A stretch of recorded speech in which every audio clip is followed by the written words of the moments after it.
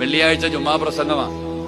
ഉസ്താദ് പ്രസംഗിക്കുന്ന ഏത് സാഹചര്യത്തിലും എത്ര വലിയ തല പോകുന്ന സമയമാണെങ്കിൽ അള്ളഹാനോട് സഹായം ചോദിച്ച അള്ളാഹു സഹായിക്കും.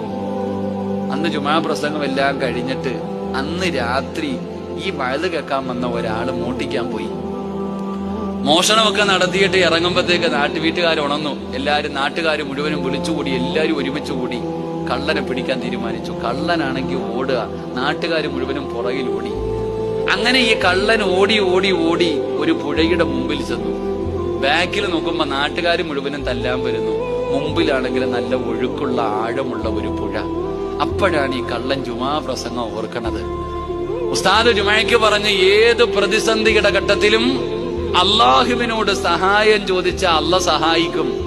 രണ്ടും കൽപ്പിച്ചിട്ട് ഈ കള്ളൻ അള്ളഹാനോട് പറഞ്ഞു, പടച്ചവനെ ഇന്നത്തോടെ ഈ പണി ഞാൻ നിർത്തും, ഇന്നത്തോടെ ഞാൻ മോഷണം നിർത്തും. പടച്ചവനെ, ഞാൻ ചെയ്തത് തെറ്റാണ് തമ്പുരാനെ, നിന്നിൽ ഞാൻ പ്രതീക്ഷ വെക്കുകയാ, എന്നെ നീ രക്ഷപ്പെടുത്തണേ അല്ലാ, ഞാൻ ഈ പുഴയിലേക്ക് ഇറങ്ങാന്ന് പറഞ്ഞിട്ട് ഈ മനുഷ്യൻ കാലെടുത്ത് വെച്ചു.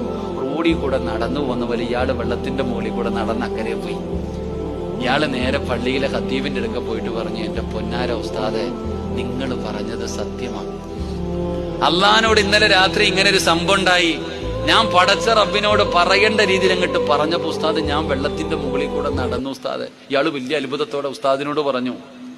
ഉസ്താദ് എല്ലാം കേട്ടിട്ട് അന്ന് രാത്രി ഉസ്താദ് നേരെ പുഴയുടെ ചാരത്ത് ചെന്നു. ഉസ്താദ് ഈ പുഴയുടെ ചാരത്ത് ചെന്നിട്ട്, പടച്ചവനെ അല്ലാ, ഞാനിത് ഇറങ്ങാൻ പോവാ പടച്ചവനെ, ഇറങ്ങിയത് മാത്രമേ ഓർമ്മയുള്ളൂ, അള്ളാഹു കാദൃശികമാറാകട്ടെ. ഇവിടെ നമ്മൾ മനസ്സിലാക്കേണ്ടത്, അള്ളാഹു നോക്കുന്നത് നമ്മുടെ ഹൃദയത്തിലേക്ക് ഇഖ്ലാസ് വേണം. അള്ളാഹു നമുക്കൊക്കെ ഇഖ്ലാസ് നൽകി അനുഗ്രഹിക്കുമാറാകട്ടെ.